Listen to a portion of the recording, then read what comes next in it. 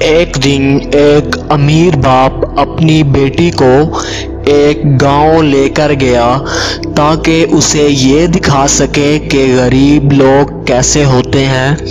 انہوں نے ایک غریب خاندان کے ساتھ ان کے گھر اور کھیتوں میں وقت گزارا۔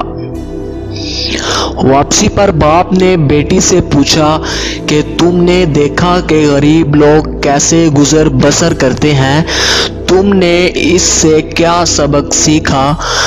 بیٹی نے جواب دیا، ہمارے گھر میں تالاب ہے، ان کے پاس دریا ہے۔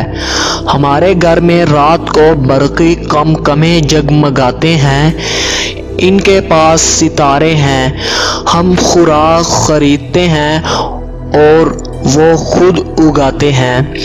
ہماری حفاظت کے لیے گھر کی لمبی لمبی دیواریں ہیں، ان کی حفاظت کے لیے ان کے دوست ہیں۔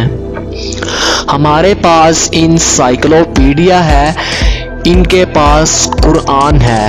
ڈیڈی آپ کا بہت شکریہ یہ دکھانے کے لیے کہ ہم کتنے غریب ہیں۔